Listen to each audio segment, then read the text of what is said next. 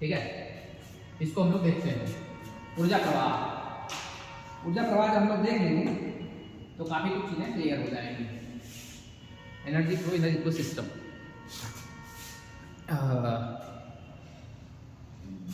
चलो इसको देखते हैं।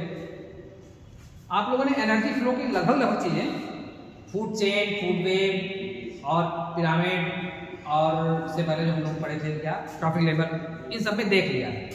वही चीजें यहाँ भी कुछ अलग नहीं है ना, लेकिन थोड़ा सा अलग तरीके से इसको देखते हैं। इसमें दो चार नियम है, वो नियम हम लोग समझ लेते हैं तो इस तरीके से काम बन जाएगा। अब देखो, प्राकृतिक पारिस्थितिक तंत्र में सौरिक ऊर्जा मतलब ऊर्जा का मूल सोर्स है ना, जो ऊर्जा का मूल सोर्स है वो सन ही है ना। इस सन से जो एनर्जी आती है वो ऊर्जा जो होती है आहार श्रृंखला के विभिन्न पोषण स्तरों में, है ना, से होते हुए आगे गुजरती है। उसका संचरण एवं गमन होता है। तो प्रत्येक पोषण स्तर पर जो होता है, जैसे किसी भी पोषण स्तर में ऊर्जा आई तो वो 3 तरीकों से जाएगी आगे। एक तो सीधे अगले पोषण स्तर पे चली जाए, कोई जीव को खा ले अगले पोषण स्तर चली जाए। दूसरा वो श्वसन के द्वारा ऊपर निकाल दे। तीसरा वो मर के जमीन में जाए, है ना। तो जो है पोषण स्तर पे श्वसन के द्वारा ऊर्जा का बहिर्गमन होता है ना। हर पोषण स्तर पे हर जीव जंतु पेड़ पौधे सब श्वसन करते हैं, है ना। तो जब श्वसन करते हैं उस तरीके से ऊर्जा का ह्रास हरदम होता रहता है। हम हमेशा श्वसन करते रहते हैं, हमेशा होता रहता है। तो इस तरीके से उसी ऊर्जा की पूर्ति के लिए हमें भोजन करना पड़ता है। हमें भूख लगती है, हमेशा एनर्जी की जरूरत पड़ती है। तो इस तरीके से जो है श्वसन के द्वारा ऊर्जा का बहिर्गमन होता रहता है, आउटपुट होता रहता है, और वो निकल करके एटमॉस्फेयर में ओपन स्ट्रक्चर चला जाता है और वो फिर दोबारा उपलब्ध नहीं हो पाता है ना। इस दौरान जो है जैव संश्लेषण के द्वारा, है ना, बायोसिंथेसिस के द्वारा क्रिया से विभिन्न जीवों में जैविक ऊतकों का निर्माण भी होता है। इसी दरमियान, है ना, जब हम भोजन करते हैं तो भोजन में से, है ना, कुछ हिस्सा बायोसिंथेसिस के द्वारा हमारे ऊतकों की वृद्धि करता है ना। कोशिकाओं का निर्माण होगा, नई कोशिकाओं का, है ना, और वो ऊतक में वृद्धि होगी, बड़े होंगे, है ना, हमारे शरीर भार में वृद्धि करेंगे, है ना। तो एक तरीका होगा श्वसन के द्वारा नुकसान हो रहा है, दूसरा बायोसिंथेसिस हो रहा है और उससे क्या है ऊतकों का निर्माण हो रहा है ना, और संवर्धन हो रहा है, उससे भार में वृद्धि हो रही है ना। और तीसरा क्या है, 1, 2 और 3 तरीके होते हैं, है ना। अंत में क्या होगा कि जैव अवनयन होगा, बायोडिग्रेडेशन होगा। बायोडिग्रेडेशन का मतलब ये है ना, बायोडिग्रेडेशन मतलब ये है कि जब वो चीज मर जाएंगे, सड़ जाएंगे, गल जाएंगे और जमीन में मिल जाएंगे, है ना, तो फिर जो है जैविक पदार्थों का विघटन एवं वियोजन हो जाएगा, है ना। विघटन वियोजन हो जाएगा, और वियोजन जब हो जाएगा तो उसमें जो उष्मा या ऊर्जा उपलब्ध है वो ऊर्जा निर्मुक्त होकर के एटमॉस्फेयर में चली जाएगी, है ना। तो 3 तरीकों से ऊर्जा नष्ट होती है, लॉस होता है ना। एक तरीका ये है कि सूर्य की रोशनी आई, है ना, प्लांट्स में गई, प्लांट्स ने क्या किया, उसके अपने शरीर भार में वृद्धि किया, जैव संश्लेषण किया, अपने भार में वृद्धि किया और साथ साथ उसने श्वसन किया। तो श्वसन करने के माध्यम से एनर्जी लॉस हुई, है ना, और कुछ एनर्जी उसके अंदर बची हुई है। जब वो सब डेड हो जाएंगे और जमीन में मिल जाएंगे तो उसका डिग्रेडेशन हो जाएगा, है ना, और डिग्रेडेशन हो जाएगा, विघटन वियोजन हो जाएगा और जमीन में मिलकर सब उड़ जाएगा। तो इस तरीके से ऊर्जा आई, ऊर्जा गई, मत खत्म, है ना। नेट एनर्जी उतनी बनी रहेगी, ठीक है। तो इस तरीके से 3 मार्ग होते हैं। इन्हीं 3 मार्गों के द्वारा जो है जो ऊर्जा होती है किसी भी इकोसिस्टम में आगे बढ़ती है। यही है एनर्जी फ्लो का सिद्धांत, है ना। इसमें क्या होता है कि जो ऊर्जा होती है, ऊर्जा का प्रवाह होता है एक दिशात्मक होता है, एक दिशोन्मुख होता है, यूनिडायरेक्शनल होता है। ऐसा होता है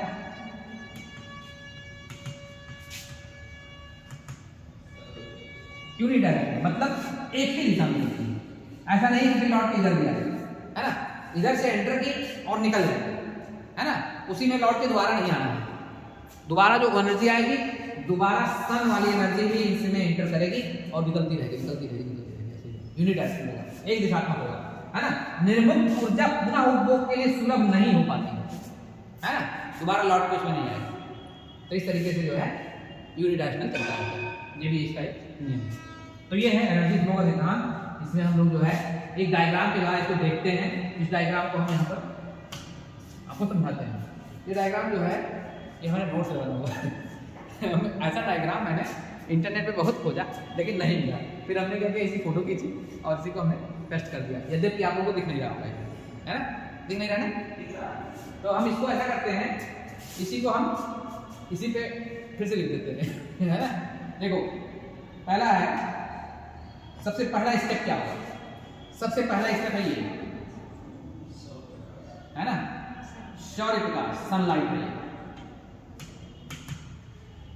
सनलाइट आई, ढेर सारी मात्रा में ऊर्जा आई, है ना। सनलाइट की जो एनर्जी होगी सबसे ज्यादा होगी, फिर उसमें से कुछ एनर्जी हरे पौधे यानी प्लांट्स के द्वारा उपयोग किया जाएगा, है ना। ये है प्लांट्स। प्लांट्स क्या करेंगे, सूर्य के प्रकाश की उपस्थिति में फोटोसिंथेसिस करेंगे, है ना। प्रकाश संश्लेषण क्रिया के द्वारा ग्लूकोज का निर्माण करेंगे और ग्लूकोज के निर्माण करके उस भोजन को अपने अंदर संचित करेंगे, और संचित जब करेंगे तो सबसे ज्यादा मात्रा में उनके अंदर एनर्जी होगी, है ना। तो आप देखेंगे प्लांट्स वाला जो गोला बना है ये सबसे बड़ा गोला है ना। तो प्लांट्स यानी कि ये प्रोड्यूसर भी होंगे, क्या होंगे, प्रोड्यूसर होंगे। तो ये प्रोड्यूसर जो होंगे प्लांट्स, ये अपने अंदर एनर्जी सबसे ज्यादा संचित करेंगे। फिर उसके बाद इसी के द्वारा, इसी प्लांट्स के द्वारा कुछ जो है क्या किया जाएगा, एनर्जी के लॉस होगा। एक तरीका ये होगा, ये रिस्पायरेशन करेंगे, है ना, ये श्वसन करेंगे, और श्वसन जब करेंगे तो उसमें कुछ एनर्जी निर्मुक्त होगी, है ना, और निर्मुक्त होकर के एटमॉस्फेयर में चली जाएगी। कहाँ चली जाएगी, एटमॉस्फेयर में, एटमॉस्फेयर में चलिए, वायुमंडल में चली जाएगी, है ना। यहाँ से एनर्जी रिस्पायरेशन के रूप में निर्मुक्त होकर ऊपर चली जाएगी। फिर इसके अलावा जो होगा, ये हरे पौधों को अगले पोषण स्तर में भी ट्रांसफर होना होगा, है ना। अगले पोषण स्तर में कुछ शाकाहारी जीव होंगे, कौन होंगे, शाकाहारी जीव, है ना। तो ये शाकाहारी जीव क्या करेंगे, इन प्लांट्स को खाएंगे और खा करके अपने शरीर भार के रूप में वृद्धि करेंगे। लेकिन यहाँ पर एनर्जी जो है इसकी अपेक्षा कम हो जाएगी, इसलिए गोला हमने छोटा बनाया है। यहाँ बड़ा गोला, सबसे ज्यादा एनर्जी सनलाइट से आई, उसका कुछ भाग प्लांट्स के द्वारा अपने शरीर भार में वृद्धि की गई, और यहाँ पर एनर्जी सबसे ज्यादा है। उसके बाद कुछ एनर्जी इधर आगे ट्रांसफर होगी, और कुछ एनर्जी जो है रिस्पायरेशन के रूप में ऊपर निकल जाएगी। जो बच जाएगा, यानी कि सभी पौधों को तो शाकाहारी जीव खा नहीं जाएंगे, शाकाहारी जीव सभी पौधों नहीं खा जाएंगे, कुछ पौधे होंगे जो डेड हो जाएंगे, है ना। ये हमने लिखा है डी, डेड हो जाएंगे। तो डेड होने पे वो सभी जो है जमीन में मिल जाएंगे, और जमीन में जो है होंगे कौन, डिकम्पोजर्स होंगे, है ना, और वियोजक होंगे, और वो वियोजित करके उसको तोड़ फोड़ के जमीन में मिला देंगे। तो हर स्तर पे जो एनर्जी है उसके तीन मार्ग हैं। एक तो यह है कि यहाँ एनर्जी हुई और रिस्पायरेशन के द्वारा ऊपर चली गई, कुछ अगले पोषण में ट्रांसफर हो गई, और कुछ जो बच गई यहाँ वो भी डेड होकर के जमीन में मिलकर फिर खत्म हो जाते हैं। फिर जो ऊर्जा शाकाहारी जीवों में आई थी, शाकाहारी जीवों में जो आई थी, उसमें से भी कुछ ऊर्जा एनर्जी जो है रिस्पायरेशन के रूप में, उष्मा के रूप में, हीट के रूप में ऊपर चली जाएगी, है ना, और ऊपर जा करके एटमॉस्फेयर में मिल जाएगी। कुछ एनर्जी जो है अगले ट्रैफिक स्तर लेवल पे मांसाहारी जीवों के में ट्रांसफर हो जाएगी, क्योंकि इन शाकाहारी जीवों को खाएंगे कौन, मांसाहारी जीव, है ना। यहाँ मान लो मांसाहारी, ठीक है, कॉर्निवोरस जीव, ये कॉर्निवोरस जो है इन शाकाहारी जीवों को खाएंगे और खा करके अपने शरीर भार में वृद्धि करेंगे, और शरीर भार में वृद्धि करेंगे। उसके अलावा इस शाकाहारी जीवों में भी सभी जीव तो खा नहीं जाएंगे, कुछ जीव उसी में रह जाएंगे, और वो डेड हो जाएंगे, है ना, यहाँ डेड हो गए, और डेड होकर के जमीन मिल जाएंगे, है ना, और यहाँ डिकम्पोजर्स हैं, उनके द्वारा खा लिया जाएगा। इस प्रकार से कुछ एनर्जी जो मांसाहारी जीवों में आई है उसमें भी रिस्पायरेशन होगा, क्या होगा, रिस्पायरेशन होगा, है ना। और रिस्पायरेशन के अलावा ये सब मरेंगे भी, और अगर ये टॉप लेवल के प्रेडेटर है तो इनको कोई खाएगा नहीं, ये अल्टीमेटली मरेंगे और मर के जमीन में मिल जाएंगे, है ना। इस तरीके से जो है एनर्जी तीन मार्गों से होकर ट्रांसफर होगी। अब देखो ये जो डेड ऑर्गेनिज्म है, यहाँ से भी डेड आए, यहाँ से भी डेड आए, ये से भी डेड आए, इन सब पे कौन काम करेगा, इन सब पे काम करेंगे वियोजक, है ना। कौन काम करेगा, डिकम्पोजर्स,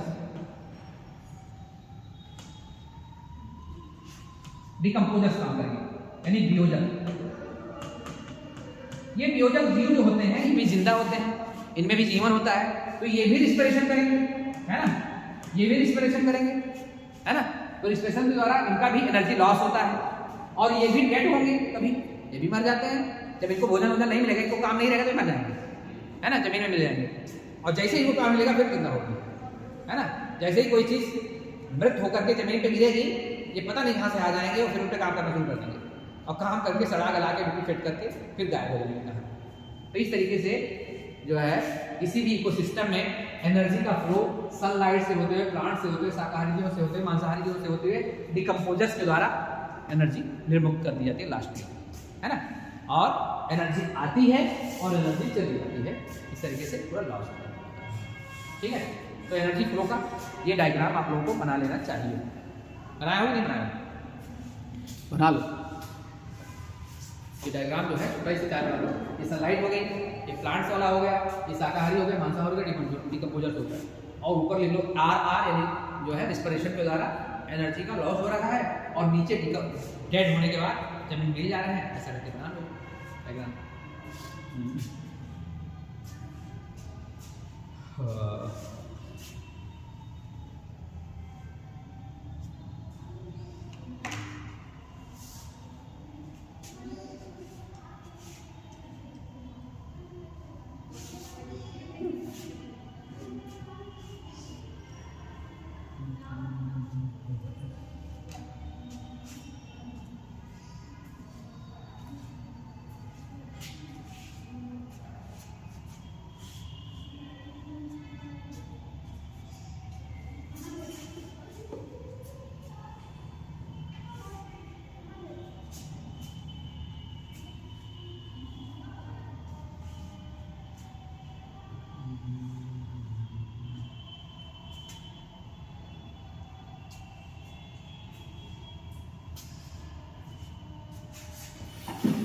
बैठ जाते हैं।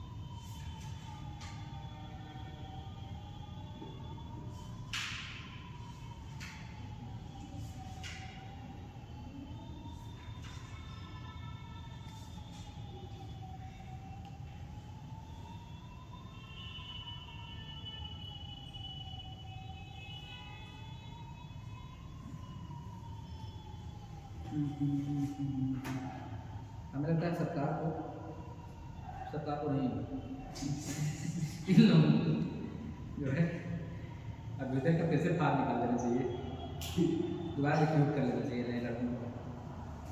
अभी जब स्कूल खुलेगा तो इनसे कहेंगे सर खाम ओपन करो, कुछ नए बच्चे हो सकते आ ही जाए, नहीं तो कोचिंग में पढ़ाया हो जाएगी।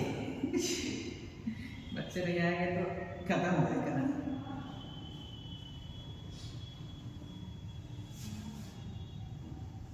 क्या चक्कर है यार कि बच्चे पढ़ना नहीं चाहिए। पहले हम लोग क्लास ढूंढते थे, कहीं मिल जाती हो कोई पढ़ा देता है यार।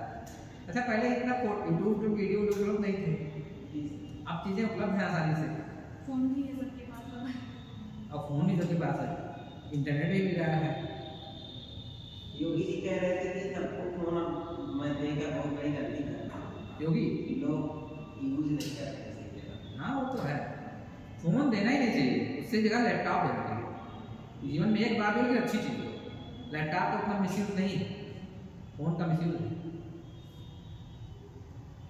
उन्होंने सोचा सस्ता ऑप्शन अपनाते हैं। हाँ बेच, लेकिन अगर बेचेंगे भी तो किसी व्यक्ति को देंगे तो कोई खरीदेगा, सस्ते में खरीदेगा। तो अगर समाज में आ गए तो कहीं ना कहीं तो चलेगा, है ना। लैपटॉप किसी ना किसी के पास तो रहेगा, जो सक्षम वो खरीद लेगा। कुछ दिन बाद उसको लगेगा यार हमसे लेके गया था अच्छा काम कर रहा है, तो नहीं बेचेगा अगली बार। तो इस तरीके सब नहीं बेचते हैं, लेकिन कुछ लोग बेच देते हैं जो बहुत ही गैर होते हैं। अच्छी टेक्नोलॉजी जो दी उन्होंने बात की है, टेक्नोलॉजी अच्छी तो दी था नहीं, लैपटॉप अच्छा था। अब ये सीएम भी उसी वजह से तो आया, जब उनको इंसेंटिव के तौर पर उन्होंने कहा कि हम आपके जो प्रोड्यूस करोगे उससे ले लेंगे आपके, और हम अपने इसमें सब्सिडी के तौर पे दे देंगे। फोन तो बहुत रखती है, फोन मिल रहा है। चलो ठीक है, फोन निकाल कर रहे हैं, ऐसा नहीं बोलना चाहिए। कहेंगे ऐसा है, तुम फोन बांट रहे हो तो फोन बुराई कर रहे हो। अभी फोन अपलोड होगा यूट्यूब पे। अगर आवाज़ सही आई तो अपलोड करेंगे, आवाज़ नहीं सही आई तो अपलोड करना ठीक नहीं रहेगा। क्योंकि कल हम ये डिवाइस लगाए थे उस दिन ना, तो जब इसके पास आ रहे थे पता नहीं क्या सीटी से आवाज़ बनने लग रही थी। हमें लगता है इसके अंदर जो है कुछ आवाज़ आती है जिसको हम लोग नहीं सुन पाते, लेकिन वो कैच करता है ना। कुछ मैग्नेटिक चीज़ें होंगी जो उसको रिफ्लेक्ट करती होंगी। तो अब हम लोग नेक्स्ट देखते हैं क्या है इसमें कुछ नियम है कि नहीं है। 3 प्रमुख मार्ग, ये मार्ग हमने आपको बता ही दिया है कि वही मार्ग है और कोई दूसरे मार्ग नहीं है ना। देख लेते हैं दोबारा एक बार हम लोग, है ना। प्रकृति में जो है पारितंत्र, तो मैंने सही किया था कि सही नहीं हुआ। हाँ, ये अपने नोट्स को ही हम गूगल लेंस से करते हैं ट्रांसफर इस पे, तो कुछ वर्ड्स पकड़ नहीं पाता है ना। लेकिन हमने सही किया था, हमें लगता है सेव नहीं हुआ जो हमने सही किया। तो देखो जो पारितंत्र होता है उसमें ऊर्जा के प्रवाह के 3 प्रमुख मार्ग होते हैं। इन्हीं मार्गों को आपको पहचानना है ना। पहला मार्ग क्या है कि प्रत्येक पोषण स्तर से ऊर्जा ठीक अगले उच्च पोषण स्तर में स्थानांतरित गमित होती है। अब देखो यहाँ पर गमन होता है, ये हमने उसमें लिखा था, यहाँ नहीं लिखा हुआ है, इसका मतलब हमने सेव नहीं किया, उसको बैक कर दिया था। ठीक है, स्थानांतरण में गमन होता है, मतलब यह है कि ट्रॉपिक लेवल नंबर 1, देखो ट्रॉपिक लेवल नंबर 1 से ट्रॉपिक लेवल नंबर 2 में ऊर्जा का स्थानांतरण गमन हुआ, फिर इसमें हुआ, फिर इसमें हुआ। तो इसका मतलब यह है कि ऊर्जा ठीक अगले उच्च पोषण स्तर में स्थानांतरण गमित होती है, आगे बढ़ती है। ठीक है, अब देखो प्रत्येक पोषण स्तर पे मृत जीवों की ऊर्जा वियोजक जीवों में स्थानांतरित गमित होती है। मतलब यह है हाँ पता नहीं, लेकिन मैसेज नहीं आया शिक्षक सर का क्लास में मैसेज आया एथिक्स की क्लास बैठा। हाँ ऐसे बैठना लेकिन आप बैठो। हमें लगता है ये बीएससी वाले बच्चे हैं।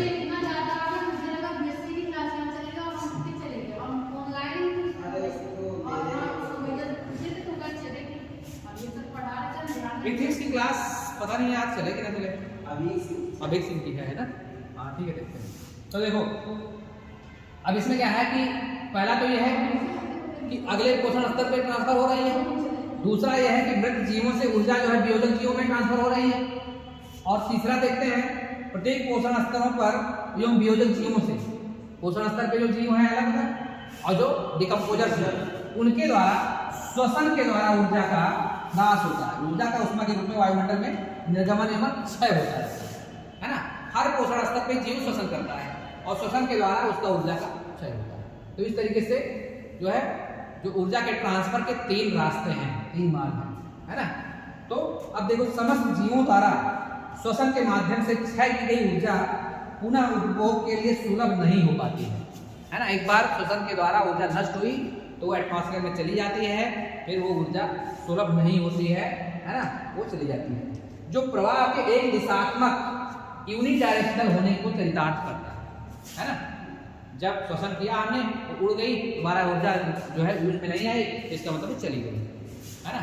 यद्यपि ऊर्जा के साथ ये कहा जाता है ऊर्जा कभी नष्ट नहीं होती है, वो केवल फॉर्म चेंज करती है, तो ऐसे फॉर्म में चली जाती है कि कुछ सिस्टम में फिर से काम नहीं आती। ठीक है, तो ये 3 नियम है। अब आगे देखते हैं, इसमें एक चीज जो है हमने, ये क्या है, हाँ ये भी वही है जो हमने अभी बनाया है, इसको देखने की जरूरत नहीं है ना। इसमें वही है कि सन से एनर्जी आई, फिर हरे पौधों में गई, फिर जो है प्राइमरी कंज्यूमर में गई, सेकेंडरी कंज्यूमर में, टर्शियरी कंज्यूमर में गई, और हर लेवल पे श्वसन के द्वारा रिस्पिरेशन के रूप में एनर्जी एटमॉस्फेयर में गई, है ना, हीट के रूप में, उष्मा के रूप में। ये भी रिस्पिरेशन है, ये रिस्पिरेशन है, ये रिस्पिरेशन है, हर लेवल पे ऊपर गई। और हर लेवल पे जो जब ये मृत हो गए, डेड हो गए, तो जमीन में चले आए और डिकम्पोजर्स के द्वारा इनको डिकम्पोज कर दिया गया, और इस लेवल पे भी हीट के रूप में एनर्जी ऊपर जा रही है। तो कुल मिला के संपूर्ण एनर्जी एटमॉस्फेयर में चली गई हीट के रूप में। ये है। अब देखो कुछ नियम है एनर्जी ट्रांसफर के, हम लोग उसको देख लेते हैं। जो नियम है उसको देखते हैं। एक महोदय थे लिंडमैन, है ना, बताता हूं मैं।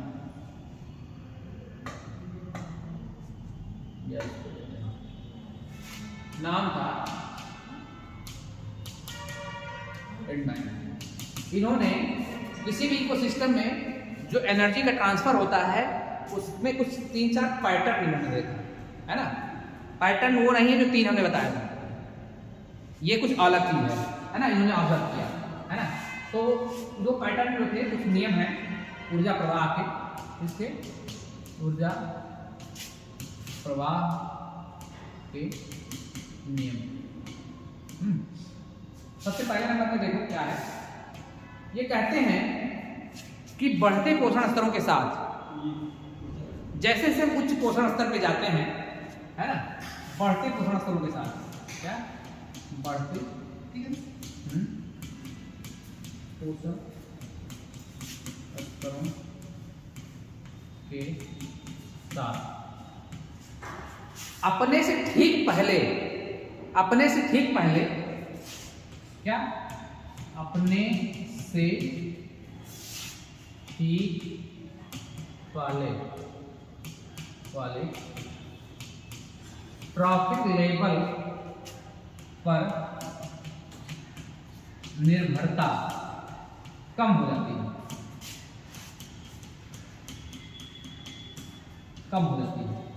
है ना। ये नहीं है, मतलब ये है कि जो ट्रॉपिक लेवल एक है, ट्रॉपिक लेवल 1, इससे ऊर्जा आगे ट्रांसफर हुई, इसमें ट्रॉपिक लेवल नंबर 2 में इससे ऊर्जा ट्रांसफर हुई, ट्रॉपिक लेवल नंबर 3 में इससे ऊर्जा ट्रांसफर हुई, ट्रॉपिक लेवल नंबर 4 में। इस तरीके से ऊर्जा ट्रांसफर हुई। लेकिन इसमें क्या दिख रहा है, इसमें आपको ये दिख रहा है कि हर अगला ट्रैफिक लेवल अपने पिछले वाले ट्रैफिक लेवल से भोजन प्राप्त कर रहा है ना।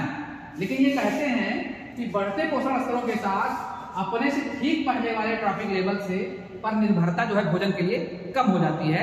उसका रीजन ये होता है कि जो अपर लेवल के ट्रैफिक लेवल होते हैं वो अपने ठीक पहले वाले पोषण स्तर से भोजन तो प्राप्त करते हैं, इसके अलावा वो पहले पोषण स्तर से भी प्राप्त कर सकते हैं, दूसरे से भी प्राप्त कर सकते हैं और तीसरे से भी प्राप्त कर सकते हैं, है ना। यही इसका मतलब है। मतलब जो उच्च पोषण स्तर है उसके लिए सभी नीचे के पोषण स्तरों से भोजन प्राप्त करने की संभावना अधिक होती है, ठीक है। यानी कि ये ज्यादा सक्षम होते हैं भोजन प्राप्त करने में, ठीक है। हाँ, अब नेक्स्ट देखो क्या होता है।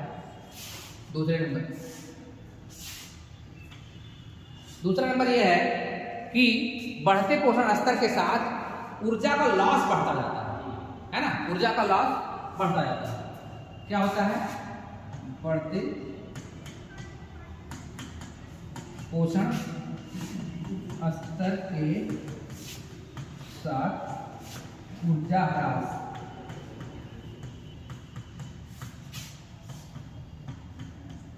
बढ़ता जाता है। ये भी नियम है, बढ़ते पोषण के साथ ऊर्जा ह्रास बढ़ता है। ये कैसे होता है,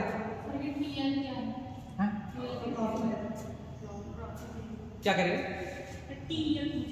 टीएल मतलब ट्रॉपिक लेवल। अच्छा टीएल बता दें क्या, ट्रॉपिक लेवल पोषण स्तर। टीएल का मतलब होता है ट्रॉपिक लेवल यानी पोषण स्तर, है ना। ये होता है टीएल शॉर्ट में दिया है, ट्रॉपिक लेवल होता है पोषण स्तर, है। तो देखो बढ़ते पोषण स्तरों के साथ जो है ऊर्जा का ह्रास बढ़ता जाता है। कैसे, इसलिए बढ़ता जाता है क्योंकि हर अगले उच्च पोषण स्तर को अपने से पहले वाले पोषण स्तर से भोजन प्राप्त करने के लिए अधिक प्रयास करना पड़ता है ना। जैसे आप देखेंगे कि जितना पहला पोषण स्तर है ना हरे पौधे उत्पादकों का, तो ये स्थिर रहते हैं, एक जगह स्थिर रहते हैं, केवल उन तक जाना रहता है आपको, और उन तक आप गए तो आपने उनको खा लिया, खा के अपना भोजन प्राप्त कर लिया, आसान है, कोई दिक्कत नहीं। लेकिन वहीं जो शाकाहारी जीव हैं इनके अंदर 4 पैर दिए गए हैं, 2 पैर दिए गए हैं, ये चल सकते हैं, तो ये अपने अस्तित्व को बचाने के लिए प्रयास करेंगे, नहीं करेंगे। तो जब ये प्रयास करेंगे तो ये जो मांसाहारी जीव हैं ट्रॉपिक लेवल नंबर 3 के, इनको पकड़ने के लिए ज़्यादा प्रयास करना पड़ेगा, बहुत दौड़ना पड़ेगा। जब दौड़ना पड़ेगा तो एनर्जी ह्रास बढ़ता जाएगा, है ना। और जितना आगे बढ़ेंगे उतना ही ज़्यादा प्रयास करना पड़ेगा, क्योंकि उसके जिस पहले वाले जो पोषण स्तर के जीव होंगे वो और सक्षम होते चले जाएंगे, और सक्षम होते चलेंगे अपने अस्तित्व को बचाने के लिए। और जब बचाएंगे और उनको पकड़ने के लिए प्रयास किया जाएगा तो श्वसन के द्वारा जो एनर्जी ह्रास है वो बढ़ता चला जाएगा। इसीलिए कहा जाता है कि बढ़ते पोषण स्तरों के साथ ऊर्जा ह्रास बढ़ता जाता है। दूसरी बात यह है कि जो ट्रॉफिक लेवल होता है, तीसरी बात यह है आहार श्रृंखला। जो आहार श्रृंखला है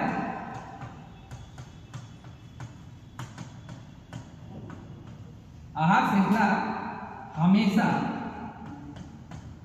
छोटा होने का प्रयास करती है।